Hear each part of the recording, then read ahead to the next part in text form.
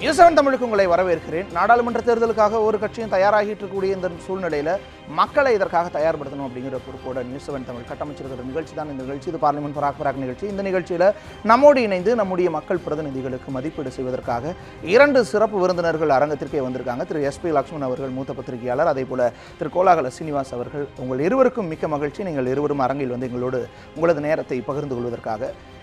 இன்றைய தினம் நம்ம எந்த தொகுதி குறித்து பார்க்க போகிறோம்? தொகுப்பில் பார்ப்போம்.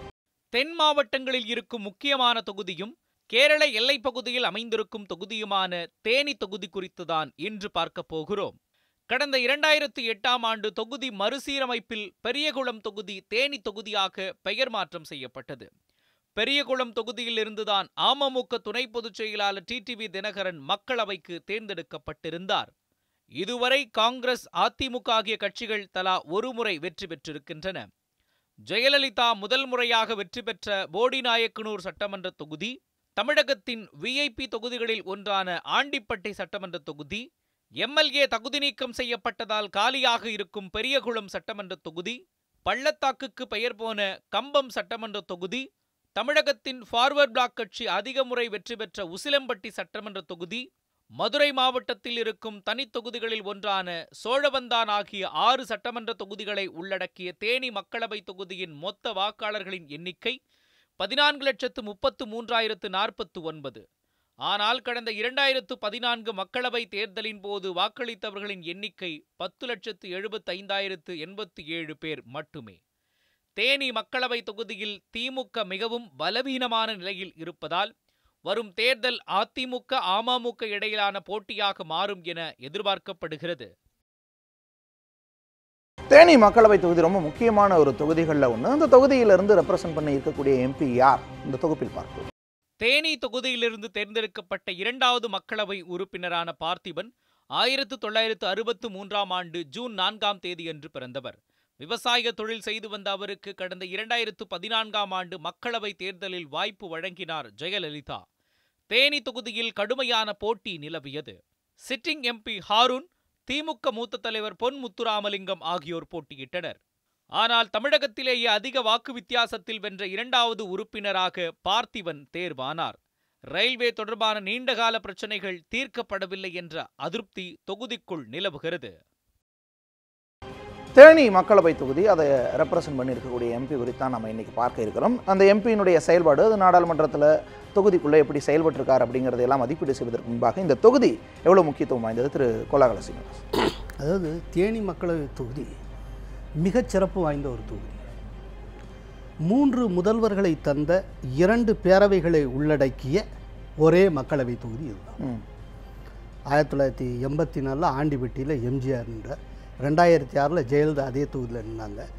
போடியில் 1989 ஜெயலலிதா நின்னாங்க. அப்புறம் 2011-16 OPS அங்கே நின்றார். ஸோ ஆக 3 முதல்வர்கள், எம்ஜிஆர், ஜெயலலிதா, OPS, 2 பேரவை தொகுதிகள் ஆண்டிப்பட்டி, போடி, ஒரே மக்களவை தொகுதி தேனி. ஸோ அப்படிப்பட்ட ஒரு முக்கியத்துவம் வாய்ந்த தொகுதி. ஆனால் இப்போ இருக்கக்கூடிய அந்த பொலிட்டிக்கல் கிளைமேட் 6க்கு 6 க்ளீன் ஸ்வீப் பண்ண அதிமுக க்ளீன் ஸ்வீப் பண்ண ஒரு தொகுதி.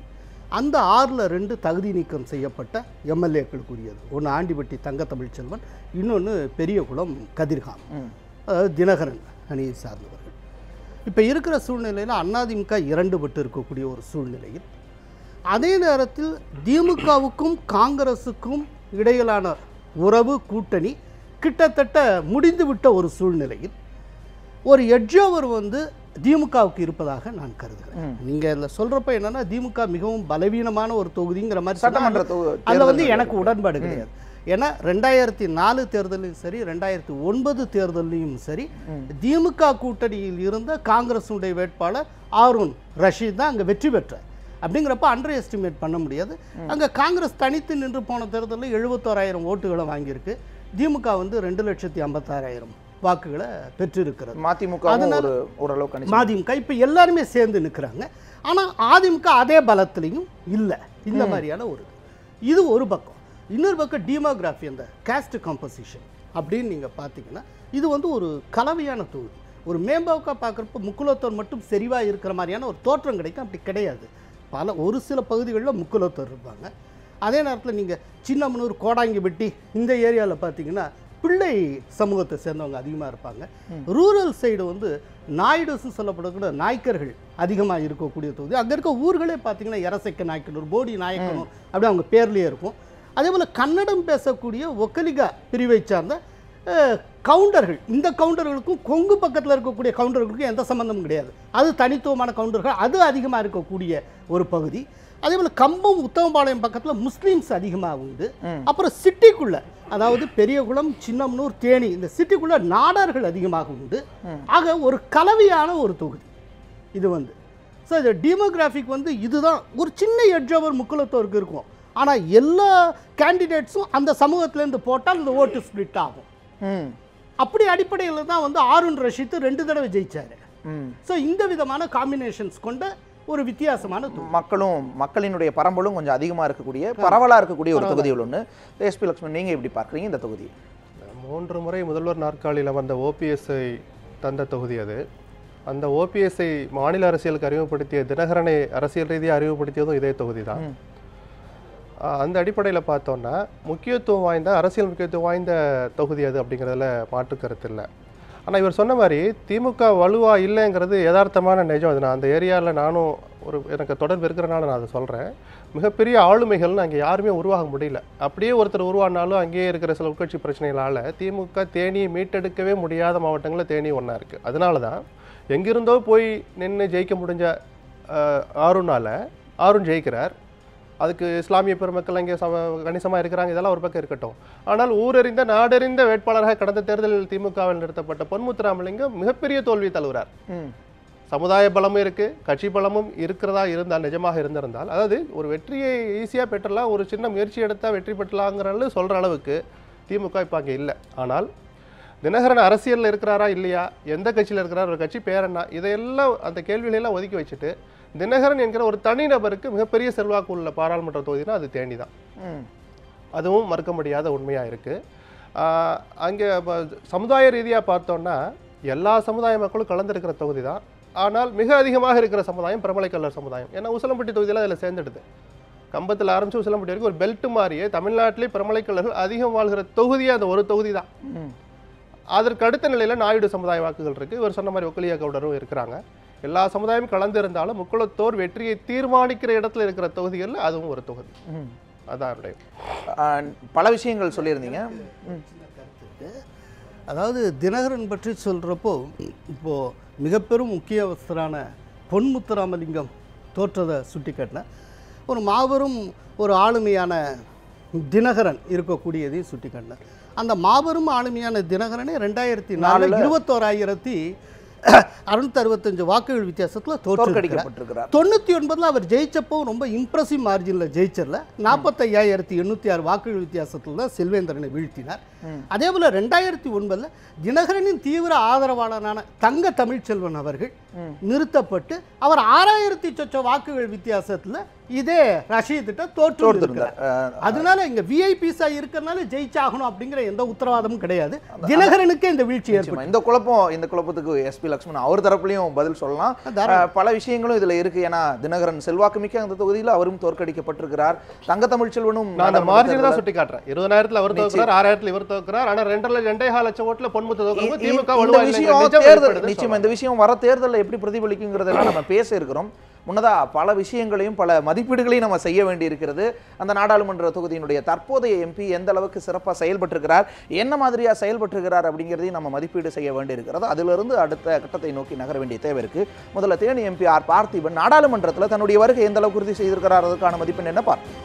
தேனி எம்பி ஆர் பார்த்திபனை பொறுத்தளவு ஒரு நாடாளுமன்றத்தில் தன்னுடைய வருகை எந்த அளவுக்கு உறுதி செய்திருக்கிறார் அப்படின்னு பார்க்கும் பொழுது அதற்காக நம்ம 10 மதிப்பீடுகள் மதிப்பிடும்போது 10க்கு 7 மதிப்பெண்களை பெற்றிருக்கிறார். அதற்கான காரணம் தேசிய மாநில சராசரிகளினுடைய அடிப்படையிலிருந்து நம்ம பார்க்க வேண்டியிருக்கிறது.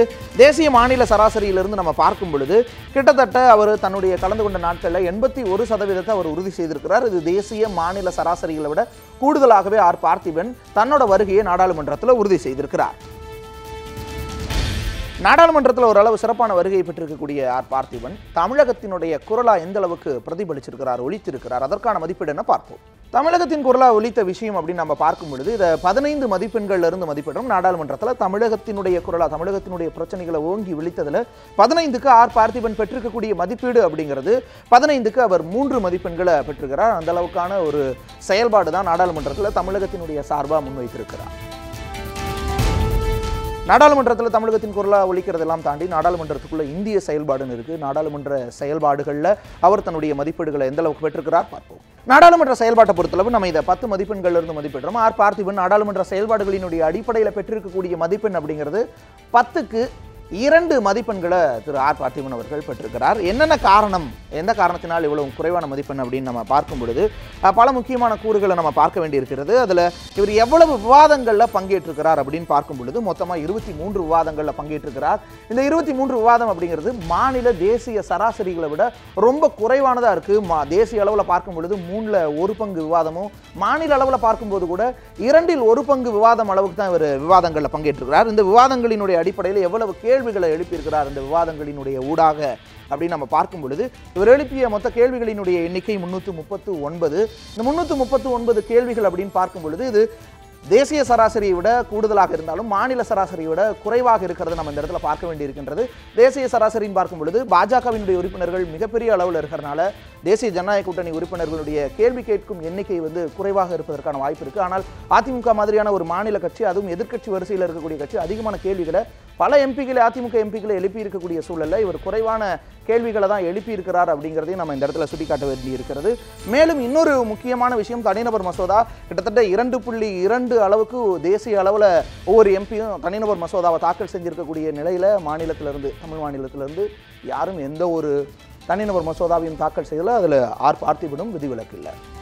தேனி மக்களவை தொகுதிக்குள்ள எந்த அளவுக்கு அவருடைய செயல்பாடு இருக்கு, முதல்ல தொகுதி பார்வையிட்டதனுடைய அடிப்படையில் எவ்வளவு மதிப்பெண்களை பெறுகிறார் பார்ப்போம். தொகுதியை பார்வையிட்டதன் பொறுத்தளவு நம்ம பார்க்கும் பொழுது 10 மதிப்பெண்கள் இருந்து மதிப்பிடுறோம். 10க்கு திரு ஆர் பார்த்திபன் அவர்கள் பெற்றிருக்கக்கூடிய மதிப்பெண் அப்படிங்கிறது வெறும் 3 மதிப்பெண்களை தான் பெற்றிருக்கிறார். அந்த அளவுக்கான ஒரு செயல்பாட்டை தான் தொகுதிக்குள்ள பார்வையிட்டதனுடைய அடிப்படையில் நம்ம மதிப்பிடுறோம். அந்த அளவில் 10க்கு 3 மதிப்பெண்களை பெறுகிறார். தொடர்ச்சியா என்ன மாதிரியான விஷயங்களை எல்லாம் முன் வச்சிருக்கிறார் அந்த மக்கள்கிட்ட, மக்கள் என்ன மாதிரியான விஷயங்களை எல்லாம் கேட்டு பெற்று இவருக்கு வாக்களிச்சிருக்கிறாங்க அப்படிங்கிற ஒரு விஷயத்தை நம்ம மக்கள்கிட்ட முன்வைத்திருந்தோம். அதற்கு மக்கள் தெரிவித்திருக்கக்கூடிய கருத்துக்களை பார்ப்போம். தேர்தல் நேரத்தில் வாக்குறுதிகளை கொடுத்தாங்க, நாங்களும் நம்பி ஓட்டு போட்டோம். இன்னைக்கு தேனி மாவட்டத்தில் வாழ்வாதாரமான பிரச்சனைகள் 2 மிகப்பெரிய பிரச்சனைகள் இருக்கு. ஒன்று முல்லைப்பெரியார் பிரச்சனை, இன்னொன்று திண்டுக்கல் லோயர் கேம்ப் ரயில் பிரச்சனை. இந்த ரயில் இன்றைக்கு எடுத்துக்கிட்டோம்னா தேனி மாவட்டத்தில் ரயில் இல்லாத மாவட்டம் இந்தியாவிலேயே தேனி மாவட்டம் தான் ரயில் இல்லாத மாவட்டம். இந்த ரயிலை பற்றியோ இல்லை முல்லைப்பெரியாரை பற்றியோ பாராளுமன்றத்தில் பெரியகுளம் தேனி பாராளுமன்றத்துடைய உறுப்பினர் பேசினாரான்றது மக்களுக்கு தெரியாது. தற்போதுள்ள நாடாளுமன்ற உறுப்பினர் எந்த வேலையும் செய்யவில்லை. ரயில்வேயை ஒரே பட்ஜெட்டில் கொண்டு வருவதற்கு சொன்னார்கள், கொண்டு வரவில்லை. மேற்கொண்டு 18,000 திட்டத்தினுடைய தண்ணியும் சரிவாக வந்ததாகவும் தெரியவில்லை. போடியில் பார்த்தீங்கன்னா பஞ்சுப்பேட்டை ஒரு 10-20 பேட்டை இருந்துச்சு. அந்த 20 பேட்டையுமே இப்போ 2 பேட்டை தான் இருக்குது. பஞ்சு விவசாயி பூரா ரொம்ப இதாகி போனாங்க. ஒரு எதுவுமே ஒழுங்கா காய்க்கு இது இல்லாமல் இருக்குது. இந்த பழத்தை முந்திரி பழம், இது வாழைப்பழம் இதெல்லாம் பதுக்கணும்டா, இந்த குடோன்னு வைக்கணும்டாங்க. அந்த குளிர்சாதன பெட்டியும் இல்லை, எதுவுமே இல்லை. எம்பி நாங்களாம் இதை அம்மா போன தேர்தலில் நாங்கள் இதெல்லாம் செஞ்சு தரோம்னு சொன்னாங்க. நாங்கள் அவளோட எதிர்பார்த்தோம், அம்மாவும் இல்லை. சரி, அம்மா இல்லாட்டி அமைச்சர் துணை முதல்வர் இருக்காரு, அவரு செஞ்சு தருவான்னு பார்த்தோம். அவர் இங்கே தொகுதிக்கே வாரதே கிடையாது. சரி, அவர் தான் போயிட்டாரு, நம்ம எம்பினால் பார்ப்பாருன்னு பார்த்தோம். எம்பி ஓட்டு போட்ட மக்களுக்கு இன்ற வரைக்கும் நன்றி சொல்ல வரல, நன்றியே சொல்ல வரல. இது எப்படி மக்கள் விவசாயி எல்லாம் நல்லா இருப்போம். மதுரை டு போடி அகல ரயில் பாதை இன்னும் ஆமயத்தில் தான் பணிகள் நடந்துகிட்டு இருக்கு. அதே போல் என்ன பண்ணார், குமுளி டு சபரிமலை அவரோட பாதையை சர்வே பண்ணி அது முதற்கட்டமான வேலைகள் நான் தொடங்குவேன் அப்படின்னு சொல்லி வாக்குறுதி கொடுத்துருந்தாரு. அதுவும் கிடையாது. எம்பி என்ன விஷயங்கள்லாம் சொல்லியிருந்தாரு, அதை எப்படி செஞ்சுருக்காங்க அப்படிங்கிறதுக்கு மக்கள் தெரிவித்த கருத்துக்களை பார்த்தோம். தொடர்ந்து தொகுதி மேம்பாட்டு நிதியை எந்த அளவுக்கு சிறப்பாக பயன்படுத்தியிருக்கிறார், அதற்கான மதிப்பீடு என்ன பார்ப்போம். தொகுதி மேம்பாட்டு நிதி பயன்பாட்டை பொறுத்தளவு இதை நம்ம 20 மதிப்பெண்களிலிருந்து மதிப்பிடுறோம். 20க்கு திரு ஆர் பார்த்திபன் பெற்றிருக்கக்கூடிய மதிப்பெண் என்பது 8 மதிப்பெண்களை பெற்றிருக்கிறார். இந்த மதிப்பீடு அப்படிங்கிறது எந்த அளவுக்கு அவர் தன்னுடைய தொகுதி மேம்பாட்டு நிதியை செலவு செய்திருக்கிறார், அது எந்த அளவுக்கு முழுமை பெற்றிருக்கு, அந்த முழுமை பெற்றதன் மூலமா மக்கள் எந்த அளவுக்கு பலன் அடைஞ்சிட்டு இருக்காங்க அப்படிங்கிற எல்லா கூறுகளினுடைய அடிப்படையிலும் நம்ம இந்த மதிப்பீடை செய்கின்றோம். தொடர்ந்து மக்களவை உறுப்பினர், அந்த தொகுதியை ரெப்ரசன்ட் பண்ற மக்களவை உறுப்பினர் ஆர் பார்த்திபன் அவர்கள் நம்மோடு கருத்துக்களை பகிர்ந்து கொண்டிருக்கிறார். அவருடைய கருத்துக்களை பார்ப்போம்.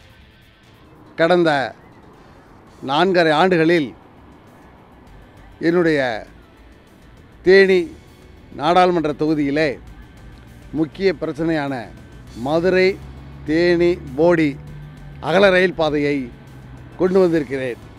அதற்கான வேலைகளெல்லாம் நடைபெற்று வருகின்ற பிப்ரவரி மாதம் மதுரை போடி முதல் பணியாக இருக்கிறது. அடுத்து திண்டுக்கல் சபரிமலை ரயில்வே திட்டத்தை பலமுறை குரல் கொடுத்து சர்வேக்காக 30 லட்சம் ரூபாய் ஒதுக்கியிருக்கின்றார்கள். அடுத்து மதுரையிலிருந்து கிளம்பக்கூடிய அனைத்து ரயில்களுமே போடிக்கு கொண்டு வருவதற்கு முயற்சிகள் மேற்கொண்டு வருகின்றேன். அதற்கு அடுத்ததாக ஜல்லிக்கட்டு பிரச்சனை பற்றி எல்லோரும் அறிந்ததுதான். அதை சபையிலே ஜல்லிக்கட்டு என்றால் என்னவென்று எடுத்துரைத்து அதை தமிழ்நாடு அரசின் மூலமாக, மாண்புமிகு அம்மாவுடைய அரசினுடைய மூலமாக அதை கொண்டு வருவதற்கு என்னாலான முயற்சியை நான் மேற்கொண்டிருக்கின்றேன். முல்லை பெரியாரிலும் மாண்புமிகு அம்மா அவர்களால் சட்ட போராட்டம் நடத்தி வெற்றி பெறுவதற்கு பாராளுமன்றத்திலே குரல் கொடுத்திருக்கின்றேன். அடுத்து கேவி கேந்திர வித்யாலயா என்று சொல்லக்கூடிய பள்ளியை கொண்டு வருவதற்கான முயற்சியெல்லாம் நடைபெற்று கொண்டிருக்கிறது. வரக்கூடிய அகாடமிக்கிலே அது உருவாவதற்கான வாய்ப்புகள் அதிகமாக இருக்கிறது என்பதையும் கூறிக்கொள்ள கடமைப்பட்டிருக்கின்றேன். அடுத்து என்னுடைய நிதியை பாராளுமன்ற உறுப்பினர் என்ற முறையிலே நிதியை சமமாக பிரித்து கொடுத்திருக்கின்றேன். எந்த புகார்களுக்கும் நான் உட்படவில்லை. பொதுவாக மக்களினுடைய எதிர்பார்ப்பை என்னால் அளவுக்கு நிறைவேற்றியிருக்கின்றேன். பொதுவாக மக்களை பற்றி திருப்திப்படுத்துவது என்பது மிக சிரமம். ஏனென்று சொன்னால் தமிழ்நாடுல மிகப்பெரிய எதிர்பார்ப்புகள் அதிகம். யாராக இருந்தாலும் எதிர்பார்ப்புகள் அதிகம் ஜாஸ்தி. அதே போல் அரசியல் கலாச்சாரம் என்பது வேறு மாநிலங்களுக்கும் நம் மாநிலத்திற்கும் வேறுபடு என்பது அறிந்த விஷயம்தான். டெல்லியில் அவை நடவடிக்கைகளில் ஈடுபட்டு இருக்கக்கூடிய ஆர் பார்த்திபன் நமக்காக பிரத்யேகமாக நேரத்தை ஒதுக்கி நம்முடைய கருத்துக்களை பகிர்ந்து கொண்டிருந்தார். தொடர்ச்சியாக வாக்குறுதி நிறைவேற்றத்தினுடைய அடிப்படையில் அவர் எவ்வளவு மதிப்பெண்களை பெற்றிருக்கிறார் பார்ப்போம். வாக்குறுதி நிறைவேற்றத்தை பொறுத்தளவு நம்ம இதை 25 மதிப்பெண்களிலிருந்து மதிப்பிடுறோம். ரொம்ப முக்கியமான ஒரு விஷயம், மக்களினுடைய நம்பிக்கை சார்ந்த கூறு அப்படிங்கிறதுனால இதை நம்ம 4 பங்கான 25 மதிப்பெண்களிலிருந்து மதிப்பிடுறோம். 25க்கு திரு ஆர் பார்த்திபன் பெற்றிருக்கக்கூடிய மதிப்பெண் அப்படிங்கிறது வெறும் 5 மதிப்பெண்கள். 5 மதிப்பெண்கள் அளவுக்கு தான் அவர் மக்களினுடைய வாக்குறுதிகள், மக்களினுடைய எண்ணத்தை நிறைவேற்றுகிறார் அப்படிங்கிறத நம்ம புரிஞ்சு கொள்ள முடிகிறது. அவருடைய வார்த்தைகளையும் அது வெளிப்பட்டிருந்ததை நம்ம பார்க்க முடிஞ்சிருந்தது. ஆர் பார்த்திபன் குறித்து, தேனி நாடாளுமன்ற உறுப்பினர் குறித்து மக்கள் என்ன மாதிரியான விஷயங்களை, கருத்துக்களை பகிர்ந்துக்கிறாங்க பார்ப்போம். பார்லிமெண்ட் தேர்தல் வந்ததுக்கு அப்புறம் தான் எங்களுடைய எம்பி ஆகுமே எங்களுக்கு வருது. 5 வருஷத்துக்கு முன்னாடி எம்பி வந்தார். எம்பி வந்தவர் இது வரைக்குமே மக்களுடைய எதுவுமே இல்லை. எங்கள் பெரும்பாலும் சட்டமன்றத்தில் என்ன நிதியில் என்ன பண்ணிக்காலும் எங்களுக்கே தெரியாது. அந்த அளவுக்கு அவருடைய செயல்பாடு ரொம்ப மோசமான நிலைமையில் இருக்கு. இப்போ இந்த தேனி மாவட்டத்தை பொறுத்தவரைக்கும் நாடாளுமன்ற உறுப்பினர் பார்த்திபன் இருக்கார். இவர் இந்த தொகுதியில் ஒரு நல்லது கெட்டது எந்த இதுக்குமே வந்தது இல்லைங்க. நான் எனக்கு வயசு 50 ஆகி போச்சுங்க. நான் இந்த 5 வருஷத்து காலத்தில் அவர் பார்த்திபனை நான் பார்த்ததே இல்லைங்க. தேனி மாவட்ட எம்பியை பொறுத்தவரைக்கிலே அவர் இன்று வரை பொதுமக்களில் ஒருவராகத்தான். சாதாரணமாக அவரை போய் அவருடைய தோட்டத்தில் கூட எந்த இடத்துல பாட்டி கூட பார்க்கலாம். அப்படிப்பட்ட ஒரு எளிமைக்கு பெயர் போனவர். ஒரு விவசாய குடும்பத்தில் பிறந்த எங்களது சகோதராக பாராட்டக்கூடியவர் தேனி மாவட்ட எம்பி. நாங்கள் பாராளுமன்றத்தில் இந்தியாவிலே 3வது இடத்துக்கு கொண்டு வந்த எங்கள் தேனி தொகுதியை அதிக ஓட்டு வித்தியாசம் வாங்கி கொடுத்தோம். எந்த நலத்திட்டமும் இல்லை. வராரு, அமைச்சரை பார்க்குறாரு, அமைச்சரை பார்த்தா டெல்லி போகிறாரு, டெல்லியிலேருந்து கூலைநூர் போகிறாரு. ஆனால் எந்த மக்களுக்காக எந்த நலத்திட்டமும் இல்லை. மதிப்பெண் 10க்கு 2 மார்க் தான் போடலாம். ஏன்னு சொன்னால் மைனஸ் பாஸ் மார்க்கு போடக்கூடிய வாய்ப்பே இல்லை. பார்த்திபனுக்கு 10 மார்க்கு 2 மார்க்கு போட முடியும். மக்களினுடைய கருத்துக்களினுடைய அடிப்படையில் மக்கள் அளிக்கக்கூடிய மதிப்பெண்கள் என்ன பார்ப்போம். பரவலாக தேனி மக்களவை தொகுதிக்குள்ளே இருக்கக்கூடிய மக்கள்கிட்ட கருத்துக்களை கேட்டு அவங்க என்ன மாதிரியான மதிப்பெண்கள் அளிக்கிறாங்க அப்படின்னு கேட்டுப்பட்டதனுடைய சராசரியாக நம்ம 10க்கு கணக்கிட்டு இருக்கிறோம். அந்த வகையில் 10க்கு ஆர் பார்த்திபன் பெற்றிருக்கக்கூடிய மதிப்பெண் அப்படிங்கிறது 10க்கு 2 மதிப்பெண்களை பெற்றிருக்கிறார். அந்தளவுக்கு ஒரு குறைவான ஒரு மதிப்பெண்ணை தான் மக்களினுடைய மதிப்பெண்ணாக பெற்றிருக்கிறார். தேனி நாடாளுமன்ற உறுப்பினருக்கு பல்வேறு கூறுகளினுடைய அடிப்படையில் மதிப்பீடுகளை செஞ்சிருக்கிறோம். அந்த அடிப்படையில் மொத்தமாக எவ்வளவு மதிப்பெண்களை பெற்றிருக்கிறார் பார்ப்போம். தேனி நாடாளுமன்ற உறுப்பினர் ஆர் பார்த்திபன் 100க்கு பெற்றிருக்கக்கூடிய மதிப்பெண், மொத்தமாக அவர் பெற்றிருக்கக்கூடிய மதிப்பெண் அப்படிங்கிறது 100க்கு அவர் 30 மதிப்பெண்களை பெற்றிருக்கிறார். அந்த அளவுக்கான ஒரு செயல்பாடாக பல்வேறு கூறுகளினுடைய அடிப்படையில் நம்ம பார்த்திருக்கக்கூடிய மதிப்பீடுகளின் அடிப்படையில் 30 மதிப்பெண்களை திரு ஆர் பார்த்திபன் அவர்கள் பெற்றிருக்கிறார். இந்த 30 மதிப்பெண்களை எந்தெந்த அடிப்படையில் எந்தெந்த விவரங்களில் பெற்றிருக்கிறார் பார்ப்போம். ஆர் பார்த்திபனை பொறுத்தளவு அவர் வருகை பதிவினுடைய அடிப்படையில் 10க்கு 7 மதிப்பெண்களை பெற்றிருக்கிறார். தமிழகத்திற்கான குரலாக 15க்கு 3 மதிப்பெண்களையும், நாடாளுமன்ற செயல்பாட்டினுடைய அடிப்படையில் 10க்கு 2 மதிப்பெண்களையும் பெற்றிருக்கிறார். தொகுதியை பார்வையிட்டதனுடைய அடிப்படையில் 10க்கு 3 மதிப்பெண்களையும், தொகுதி மேம்பாட்டு நிதியை பயன்படுத்தியதனுடைய அடிப்படையில் 20க்கு 8 மதிப்பெண்களையும், வாக்குறுதி நிறைவேற்றத்தை பொறுத்தளவு 25க்கு 5 மதிப்பெண்களையும், மக்கள் மதிப்பெண்ணாக 2 மதிப்பெண்களையும் பெற்றிருக்கிறார். மொத்தமாக 30 மதிப்பெண்களை ஆர் பார்த்திபன் அவர்கள் பெற்றிருக்கிறார்.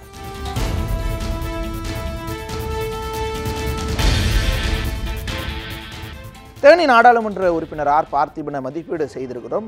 30 மதிப்பெண்களை 100க்கு பெற்றிருக்கிறார். திருக்கோலாகல சீனிவாஸ், இந்த மதிப்பீடை எப்படி பார்க்குறீங்க, அவருடைய செயல்பாடுகள்? இல்லை, இது ரொம்ப ஒரு ஏமாற்றமான மதிப்பீடு. இதில் ஒரு விஷயம் எனக்கு என்னென்னா, நானும் ஒரு சில இதே ப்ரோக்ராமுக்கு வந்துட்டுருக்கேன்.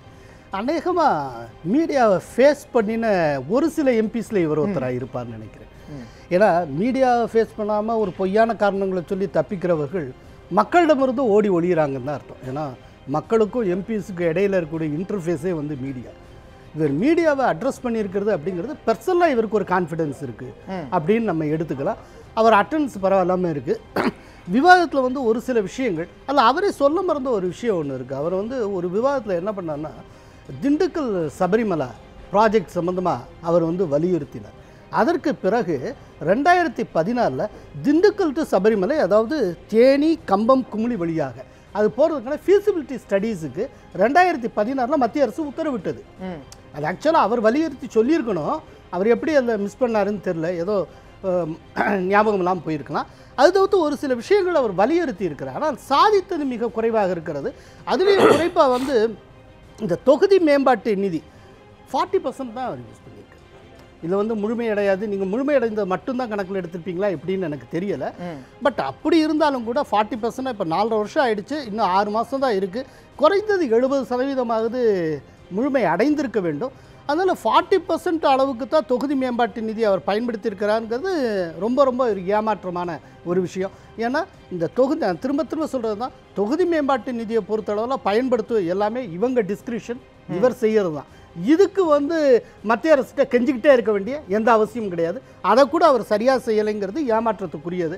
இருந்தாலும் அவர்கிட்ட ஏதோ ஒரு மூலையில் ஒரு கான்ஃபிடென்ஸ் இருக்குது, மக்களை கன்வின்ஸ் பண்ண முடியும்னு அவர் நினைக்கிறார். அநேகமாக நான் நினைக்கிறேன் இந்த மாதிரி ஃபேஸ் பண்ணுறதன் மூலமாக வர்ற தேர்தலுக்கு மீண்டும் நிற்பதற்கு அவர் முயற்சி செய்தாலும் ஆச்சரியப்படுவதற்கு. நிச்சயமாக திரு எஸ்பி லட்சுமி, உங்களுடைய ஒரு எம்எல்ஏவை கம்பேர் பண்ணுற போது எம்பிக்கு வந்து மக்களோட நெருங்குற வாய்ப்பு குறைவு தான். ஸோ சந்திக்கலைங்கிறத நான் ஒரு பெரிய குற்றமாக எடுத்துக்க மாட்டேன். அது அவருக்கான ஒரு சுய மதிப்பீடும் சுய எச்சரிக்கை உணர்வும் அந்த அரசியல்வாதிக்கு இருக்கணும். அது எந்த எம்பியாக இருந்தால் கூட நம்ம திருப்பி மக்களை சந்திக்கணும் அந்த பயத்தின் அடிப்படையில் ஒரு தொடர்பு வச்சுக்கிடணும். ஆனால் மக்களை சந்திக்கணும்னு அவசியம் இல்லைன்னு நான் சொல்கிறேன். அதே நேரத்தில் ஒரு எம்பியால் செய்யக்கூடிய காரியங்கள்னு சிலது இருக்குது. இப்போ கேந்திரிய வித்யாலயா ஸ்கூல் கொண்டு வரது பெரிய மலையை புரட்டுற விஷயம் கிடையாது. ஆட்சியே முடிய போகிற நேரத்தில் அநேகமாக இப்போ வந்துடுற வாய்ப்பு இருக்குன்னு தான் இன்னும் சொல்லிட்டு இருக்காரே தவிர, அதுவும் நீங்கள் ஜெயலலிதா மரணம் வரைக்கும் கூட விட்டுடுங்க. அந்த மரணத்துக்கு பிறகு மத்திய அரசோடு இணக்கமாக இருக்கிறோன்னு சொல்கிற எம்பிக்கள் குழுவில் இவர் இருக்கிறார். ஒரு எடப்பாடி நில் இருக்கிறார், அதுக்கு பிறகு இணைஞ்ச பிறகு ஓபிஎஸ் இருக்கிறாருன்னு கூட வச்சுப்போம். அதுக்கு ஃபீஸிபிலிட்டி ஸ்டடிஸ் பண்ணி இடத்த பார்க்குறோன்னு இடத்தையே 4 இடம் வந்து பார்த்துட்டாங்க. இன்றைக்கு வரைக்கும் அது எந்த இடத்துல அமைப்போதுங்கிறது இன்னும் கேள்விக்குறியாக தான் இருக்குது. ஸோ 4.25 வருஷம் கழிச்சும் அது வர வாய்ப்பு இருக்குன்னு சொல்கிற இடத்துல அது இருக்குது. இன்னொரு விஷயம், சபரிமலை திண்டுக்கல் சபரிமலை ரயில் பாதை, இது இவருக்கு மட்டும் இல்லை, இது கிட்டத்தட்ட 50 வருஷத்து கோரிக்கை. அதில் யாரெல்லாம் எம்பியாக இருந்தாலும் எல்லாரும் ஒரு வார்த்தை பேசுவாங்க. 30 லட்ச ரூபா ஃபீஸிபிலிட்டி ஸ்டடிஸ்க்கு ஒரு பீனட் மாதிரி. அதை வச்சு நீங்கள் இந்த ஸ்கீமை தொடங்கவே முடியாது. 2 கூட்டம் முடிஞ்சு அந்த 30 லட்ச ரூபா காலி ஆகிடும். ஸோ இந்த குறைஞ்சபட்சம் இந்த கடந்த 2 வருஷத்துலையாவது அவர் இன்னும் கொஞ்சம் அழுத்தமாக செஞ்சுருந்தாருன்னா அந்த ஃபீஸிபிலிட்டி ஸ்டடியை முடிச்சிருக்க ஸ்டேஜுக்காவது கொண்டு வந்திருக்கணும். அவர் கொண்டு வரல. சரி, எம்பியாக விட்டுடுங்க. அரசியல் ரீதியாக அவர் ஓபிஎஸோடு நெருக்கமாக இருக்கிறார். ஏன்னா இவரும் போடிக்கு தொகுதிக்கு உட்பட்டவருங்கிறதுனால 2 விஷயம் சொல்கிறேன். பெரியகுளத்துலேருந்து கொடைக்கானலுக்கு அடுக்கம் வழியாக ஒரு சாலை போடலாம் அப்படின்னு ஒரு திட்டம் நீண்ட காலமாக இருக்குது. அதை போட்டாச்சுன்னா இப்போ என்னென்னா, இந்த காட் ரோடு வழியாக 55 கிலோமீட்டர் ஆகுது பெரியகுளத்துலேருந்து கொடைக்கானல் போகணுன்னா. இந்த அடுக்கம் வழியாக சாலையை போட்டாங்கன்னா 25-30 கிலோமீட்டருக்குள்ளே நீங்கள் அந்த கொடைக்கானல் அடைஞ்சிட முடியும். இது சாலை வசதி மட்டும் இல்லை, அந்த இடைப்பட்ட மலை கிராமங்களுடைய பொருளாதார மேம்பாட்டுக்கு அது ரொம்ப உதவியாக இருக்கும். இந்த சூழலில் கூட பார்த்திபனால் அதை செய்ய முடியலன்னா இனி எந்த காலத்தையும் அவரால் செய்ய முடியாது. ஏன்னா அவருக்கு தொகுதியிலேயே அவர் நின்று துணை முதலமைச்சர் இருக்கிற போது அவர்கிட்ட சொல்லி நேரம் ஒரு ப்ரெஷரை கொடுத்துருக்க முடியும். இன்னும் ஒரே ஒரு சாலை சொல்கிறேன். போடியிலேருந்து தக்குளத்து மெட்டுன்னு ஒரு ஊர் இருக்குது. அங்கே இருக்கிற ஏலக்காய் எஸ்டேட்டுகள் கேரள பகுதிகளில் அதிகமாக இருக்குது. போடி தொகுதியிலேருந்து தேனி பாராளுமன்ற தொகுதியிலேருந்து பல ஏலக்காய் தொழிலாளர்கள், அந்த எஸ்டேட்டில் வேலை செய்கிற தொழிலாளர்கள் அங்கே போவாங்க சாலை வழியாக. இப்போ இருக்கிற சாலை வழியாக போனால் 60 கிலோமீட்டர் போகணும். ஆனால் இந்த தக்குளத்து மெட்டு சாலையை போட்டுட்டாங்கன்னா 25 கிலோமீட்டரில் அவங்க அந்த எஸ்டேட்டை அடைஞ்சிட முடியும். அந்த தொழிலாளர்களுக்கு அது மிகப்பெரிய வரப்பிரசாதமாக இருக்கும். இந்த 2 சாலையும் கூட நீண்ட காலமாக கிடப்பிலே இருக்குது. ஸோ இதை கூட செய்ய முடியலையா அப்படிங்கிற அந்த ஆதங்கம் தான். இன்னொன்று, ரயில் பாதையே இல்லாத ஒரு மாவட்டம், அது இருந்த 1 மீட்டர் கேஜி தூக்கி 10 வருஷம் ஆச்சு. அந்த சாலை அகல்ற பாதையை மாற்றிட்டோன்னு சொல்கிறாரு. பிப்ரவரியில் தொடங்கிட்டா சந்தோஷம். இதை எப்போ செஞ்சுருக்கணும்? 4.5 வருஷம் காத்திருக்க வேண்டியது. 10 வருஷம் முன்னாடியே மீட்டர் கேஜா பிராட் கேஜா மாத்திரம்னு உத்தரவு போட்டால் இருந்த ஒரு ரயில் சத்தமே கேட்காத மாவட்டம் தேனி. இது எவ்வளோ பெரிய அவப்பெயர் தெரியுமா? நீங்கள் 2 வருஷம் மத்திய அரசோட இணக்கமாக இருந்துக்கிட்டு இந்த சூழல் அவமானகரமான சூழல். அதனால தான் மக்கள் 35 மதிப்பெண் கூட கொடுக்க அந்த தொகுதியோட சம்மந்தப்பட்டவருங்கிற அடிப்படையிலையும் பல்வேறு இயக்கங்களையும் கூட வருத்தங்களையும் கூட பதிவு செஞ்சுட்டீங்க. தொடர்ச்சி இந்த தொகுதியை பொறுத்தளவு யார் யாரெல்லாம் போட்டியிடுவதற்கான வாய்ப்பு இருக்குது அப்படிங்கிற விஷயங்களையும் நம்ம பார்க்க வேண்டிய அவசியம் இருக்குது. நிறைய விஷயங்களை நம்ம அவர் குறித்து பார்த்துருக்கிறோம்.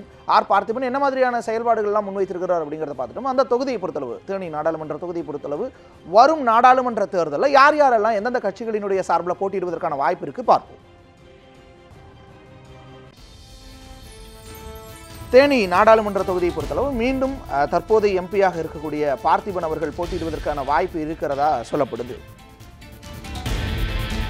அதே போல ஓபிஎஸ்சியினுடைய சகோதரர் திரு ஓ ராஜா அவர்கள் போட்டியிடுவதற்கான வாய்ப்பு இருக்கிறதாகவும் அனுமானிக்கப்படுகிறது. ஓபிஎஸ்சியினுடைய சகோதரை போலவே ஓபிஎஸ்சியினுடைய மகன் திரு ஓபிஎஸ் ரவீந்திரநாத் அவர்கள் போட்டியிடுவதற்கான வாய்ப்பு இருக்கலாம் அப்படின்னும் சொல்லப்படுது. இது அதிமுகவினுடைய சார்பில். அதிமுகவினுடைய சார்பை தாண்டி அமமுகவினுடைய சார்பில் பார்க்கும் பொழுது அமமுகவில் ரொம்ப முக்கியமான நபராக விளங்கக்கூடிய வலம் வரக்கூடிய திரு தங்க தமிழ்ச்செல்வன் அவர்கள் அந்த தொகுதியில் போட்டியிடுவதற்கான வாய்ப்பு இருக்கிறதா சொல்லப்படுது. ஏற்கனவே போட்டியிட்டு ரொம்ப சொற்பமான வாக்குகள் வித்தியாசத்தில் தோற்கடிக்கப்பட்டிருந்த ஒரு நிகழ்வையும் நம்ம இந்த இடத்துல சுட்டிக்காட்ட வேண்டியிருக்கு.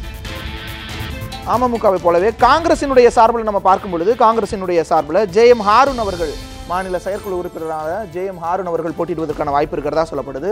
அதே போல திரு அசன் ஹாரூன் அவர்கள், அவருடைய மகனான திரு அசன் ஹாரூன் அவர்கள் அங்கே இளைஞர் காங்கிரசினுடைய முகமாக இருக்கக்கூடிய அவர் போட்டியிடுவதற்கான வாய்ப்பு இருக்கிறதாகவும் சொல்லப்படுது. திமுகவினுடைய சார்பிலையும் போட்டியிடுவதற்கான வாய்ப்பெல்லாம் இருக்கலாம் அப்படின்னு அனுமானிக்கப்பட்டிருந்தாலும் கூட திமுகவினுடைய கூட்டணியில் காங்கிரஸ் உறுதியாக இருக்கக்கூடிய சூழலில் காங்கிரசினுடைய சார்பில் அந்த தொகுதி ஒதுக்கப்படுவதற்கான வாய்ப்பு இருக்குது அப்படின்னு அதிகமாக அனுமானிக்கப்பட்டிருக்கு.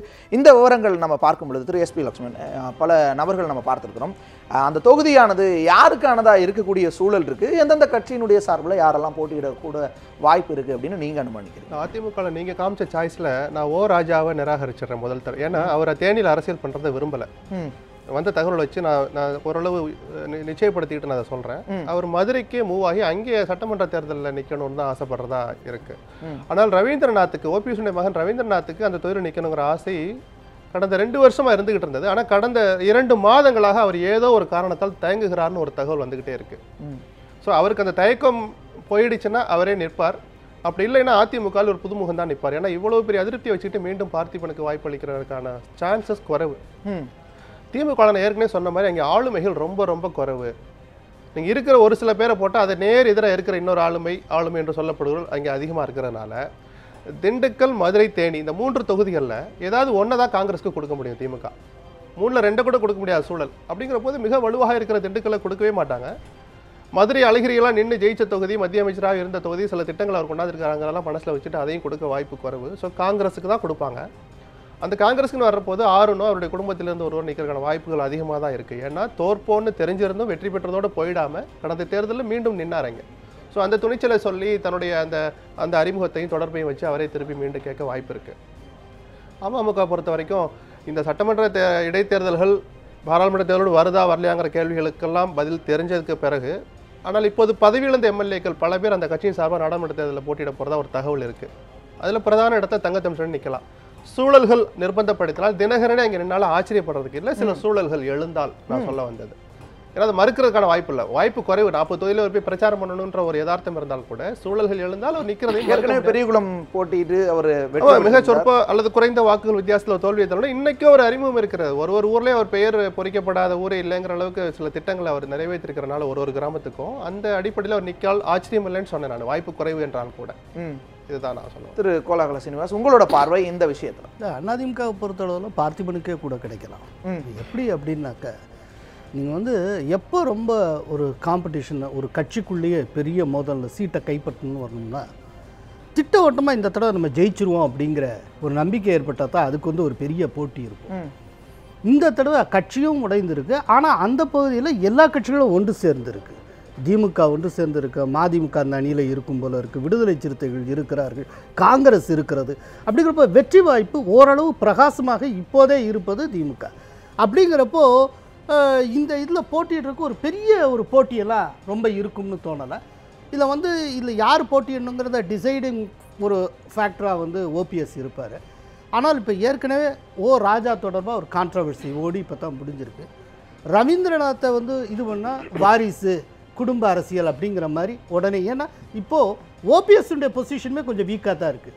அந்த நேரத்தில் மீண்டும் ஒரு சர்ச்சையை கிளப்பக்கூடிய நடவடிக்கையில் ஓபிஎஸ் ஈடுபடுவார்னு எனக்கு தோணலை. அதனால் பார்த்திபனுக்கு ஒரு வாய்ப்பு இருக்குது. அநேகமாக திமுக சார்பில் கூட்டணி கட்சி கொடுப்பது என்று முடிவு பண்ணால் காங்கிரஸ் கொடுப்பா ஆர்வனுக்கு, இல்லாட்டி அவருடைய மகனுக்கு கொடுக்கப்படலாம். ஏன்னா அவர் 2 தடவை அவர் வெற்றி பெற்று காட்டியிருக்கிறார், 2 தடவை. அதனால அவருக்கு கொடுக்கப்படலாம். தங்க தமிழ்ச்செல்வன் நிற்கலாம். அவர் வந்து ஒரு அதிமுகலேருந்து ஒரு கணிசமான வாக்குகள், அதிமுகவில் இருக்கக்கூடிய அவர் சார்ந்து இருக்கக்கூடிய சமூகத்தினுடைய வாக்குகளை கணிசமாக பெறலாம். ஆனால் வெற்றி பெறுவார்னு சொல்ல முடியாது. இதுதான் ஒரு எஸ்பி லட்சுமணன் அவர்கள் சொன்ன மாதிரி டிடிவி தினகரனே ஒரு வேளை போட்டியிட்டா இல்லை, அவர் போட்டியிட்டாலுமே வெற்றி பெறுவது கடினம் தான். அவர் போட்டியிட்டாலுமே அதுதான் சார், அவர் ஏற்கனவே தோற்று இருக்கிறார். வெற்றி பெற்ற போதும் ரொம்ப பிரமாதமான மார்ஜினில் ஜெயிக்கலை, தோற்ற போது குறைந்த மார்ஜினில் தோற்றுருக்கார்.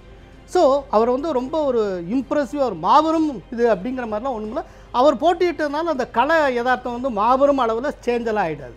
இது அவங்க கூட்டணியை பொறுத்த விஷயம். திமுக இப்போ நான் சொல்லிட்டு இருக்க இந்த கூட்டணி இறுதிப்படுத்திடுச்சுன்னு வைங்க. இப்போதைக்கு திமுக காங்கிரஸ் கூட்டணிங்கிறது உறுதியாயிடுச்சு. மற்றது எல்லாம் உறுதி அப்படிங்கிறது இது பண்ணால் என்னுடைய கணிப்பு 99% திமுக ஜெயிக்கிறதுக்கு வாய்ப்பு. அப்படியான ஒரு கூட்டணி உறுதியாகும் அப்படின்னு நீங்கள் சொல்கிற பட்சத்தில் மதிமுகவுக்கு வாய்ப்பு இருக்கா? ஏன்னா 1,30,000 வாக்குகளை கடந்த முறை பெற்றிருந்தாங்க. இல்லை, அது வந்து மதிமுகவுக்கு எத்தனை சீட்டை அவங்க கொடுப்பாங்க அப்படின்னு. இப்போ மதிமுகவுக்கு 2 சீட் தான் கொடுக்கறது அப்படின்னு ஒரு முடிவு பண்ணால் அது அநேகமாக ஈரோடும் சிவகாசியுமாக இருக்கும். இந்த தொகுதி வராது. எனக்கு என்னமோ மதிமுகவுக்கு 2 சீட்டுக்கு மேலே கிடைக்குமாங்கிறதே ரொம்ப கஷ்டம். 2 அதிகம் தான் நான் நினைக்கிறேன். அதனால இந்த லெவலுக்கு வர்றதுக்கு வாய்ப்புகள் மிக குறைவு. அன்னைக்கு அவங்க வந்து வாங்கினது போன எலெக்ஷனில் 1,00,000 சொச்சம் ஓட்டு அவங்க வாங்கினதுக்கு காரணம் தேமுதிக மதிமுக எல்லாமே ஒரே அணியில் இருந்தது. இப்போ தேமுதிக எந்த கூட்டணிக்குள்ளே போகும் அப்படிங்கிறது நமக்கு தெரியாது. இப்போ தேமுதிக வந்து அதிமுக கூட்டணிக்குள்ளே வருதுன்னு வச்சுக்கோங்க. அப்போது இதே வாக்கு வங்கி வந்து நீங்கள் மதிமுகவுடைய வாக்கு வங்கின்னு எடுத்துக்க முடியாது. பெருமளவில் ஸ்ப்ளிட் ஆகிறதுக்கும் வாய்ப்பு இருக்குது. எஸ்பி லட்சுமணன் அவர்கள், நீங்கள் இந்த தருணத்தில் என்ன மாதிரியான விஷயங்களை வந்து தேசிய கட்சிகள் பெறும் அப்படின்னு எதிர்பார்க்கலாம்? குறிப்பாக பாஜகவினுடைய வலு எப்படி இருக்குன்னு நினைக்கலாம்? அதிமுகவை பொறுத்தளவு அதனுடைய கூட்டணி குறித்து பல கேள்விகள் எழுந்துட்டு இருக்கு, பல விஷயங்கள் விமர்சனங்கள் முன்வைக்கப்பட்டு இருக்கக்கூடிய சூழலில் அதிமுகவில் தினகரன் ஒரு அந்த பகுதியில் எந்த அளவுக்கு ஒரு தாக்கத்தை அல்லது வாக்கு வங்கியை பிரிக்கிற விஷயத்தில் இருப்பார் அப்படின்னு நீங்கள் எதிர்பார்க்குறீங்க? அவர் நான் சொன்ன மாதிரி அவரே வேட்பாளராக நின்னா அது நிச்சயமாக ஒரு மிகப்பெரிய தாக்கத்தை ஏற்படுத்தும். ஏன்னா அந்த பகுதியை பற்றி நான் நல்லா தெரிஞ்சனால சொல்கிறேன். வேறு எந்த தொகுதிக்கு நான் அதை சொல்ல மாட்டேன், சொல்ல முடியாது. இப்போதைக்கு மக்கள் நினைக்கிறாங்கன்னு தான் பார்க்கணும் தான் நான் சொல்லுவேன். இப்போ இருக்கிற கலா யதார்த்தம் எனக்கு தெரிஞ்சனால நான் சொல்கிறேன். அவரே நின்றால் அது ஒரு கதை. அங்கே தேனி தொகுதியை பொறுத்த வரைக்கும் நான் ஏற்கனவே சொன்ன மாதிரி அங்கே பிரமலை கல்லர்கள் தான் டிசைடிங் ஃபேக்டர். கம்பத்திலேருந்து உசிலம்பட்டி வரைக்கும் அவர்கள் மிக பெருவாரியான அளவில் இருக்கிறதுனால இதுவே தான் ஓபிஎஸ் குடும்பத்தினருக்கு ஒரு மைனஸாக இருக்கும்னு நான் சொல்ல வரேன். நான் அவர்கள் மறவர் சமுதாயத்துக்கும் பிரமலை குலர் சமுதாயத்துக்கும் பல வேறு விஷயங்கள்ல கொஞ்சம் ஒத்து போகாது. ஸோ கேண்டிடேட் ஒரு மறவராக இருக்கிற போது அதை பிரமலை குலர்கள் ஏற்க மறுப்பார்கள்.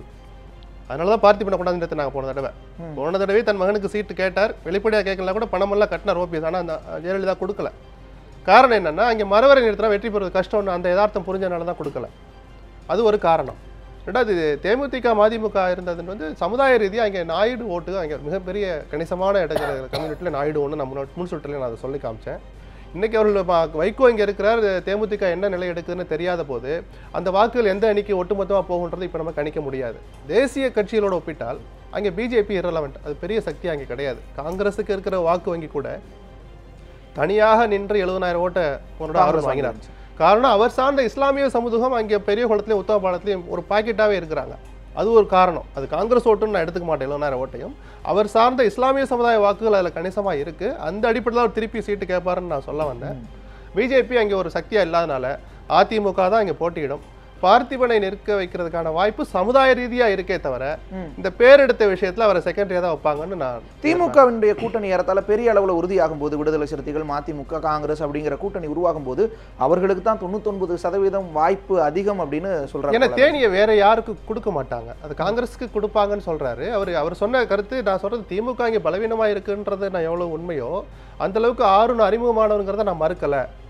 ஆனால் அங்கே அதிமுக வலுவாக இருக்கிற தொகுதி கம்பேர்ட் டு டிஎம்கே, அங்கே அதிமுக மிக வலுவா இருக்கிற தொகுதி. அந்த அதிமுக இன்னைக்கு இரு கூறா பிரிஞ்சிருக்கிற போது, அதுவும் நான் சொல்ற பெரும்பான்மை சமுதாயமான பிரமலைக்காரர் சமூகத்தை சேர்ந்த தங்க தமிழ்ச்செல்வன் ஆளுகையில அந்த அணி அந்த கட்சி தேர்தலை சந்திக்கிற போது அது அவர்களுக்கு கொஞ்சம் அட்வான்டேஜா இருக்குமோ நான் எதிர்பார்க்கிறேன். இதை எப்படி பாக்குறீங்க திரு கோலாகல சீனிவாஸ்? இந்த இடத்துல நீங்க சொல்ற மாதிரியான ஒரு கூட்டணி அந்த சந்தர்ப்பத்தையும் அந்த வாய்ப்பையும் கூட முறியடிக்கும். இல்லை, இவர் சொல்ற அந்த காஸ்ட் காம்போசிஷன், தங்க தமிழ்ச்செல்வன்கிற மிகவும் அறிமுகமான ஒரு பெரிய ஆளுமை, இவர்களெல்லாம் போட்டியிட்டாலும் கூட அது அமமுகவுக்கும் அதிமுகவுக்கு இடையிலான போட்டியா இருக்கலாம். அந்த இடத்துல அந்த ஒரு தொகுதியில் ஏடிஎம்கே காட்டிலும் கூட அவர்கள் கூடுதலாக வாங்கலாம். ஆனால் வெற்றியை நோக்கி செல்லான்னு தான் நான் சொல்ல வரேன். வெற்றி என்பது திமுகவுக்கானதாக இருக்கும். என்னன்னா அதிமுகவுடைய ஒரு கோட்டை, ஒரு இது அதிமுக இன்னைக்கு ஸ்பிளிட் ஆகிருக்கு, இது பலவீனம். இன்னொரு பக்கம் திமுக சார்ந்து பல கட்சிகள் போலரைஸ் ஆகிருக்கு. அப்போ 4 பேர் ஒன்றா சேர்றாங்க, வலுவாக இருந்த ஒருத்தர் 2ஆ போறாருன்னா இது யாருக்கு லாபமாக இருக்கும்? நான் வெற்றியை பற்றி தான் பேசுகிறேன். இப்போ 2ஆம் இடத்துக்கு போட்டி அப்படின்னா அதிமுகவுக்கும் அமமுகவுக்கும் ஒரு பலத்த போட்டி இருக்குங்கிறத நான் அக்செப்ட் பண்ண ரெடி. ஆனால் நம்பர் 1 யாருங்கிறதுல பிரகாசமான வாய்ப்பு திமுகவுக்கு இருக்குன்னு நான் சொல்றேன். நிச்சயமா தேர்தல் இந்த இடத்துல முடிவு செய்யும், மக்கள் முடிவு செய்வாங்க. அரங்கத்திற்கே நீங்கள் இருவரும் உங்களுடைய கருத்துக்களை பகிர்ந்து கொண்டமைக்கு மிக்க நன்றி. மீண்டும் ஒரு பார்லிமெண்ட் பராக் நிகழ்ச்சியில் சந்திக்கலாம். வணக்கம்.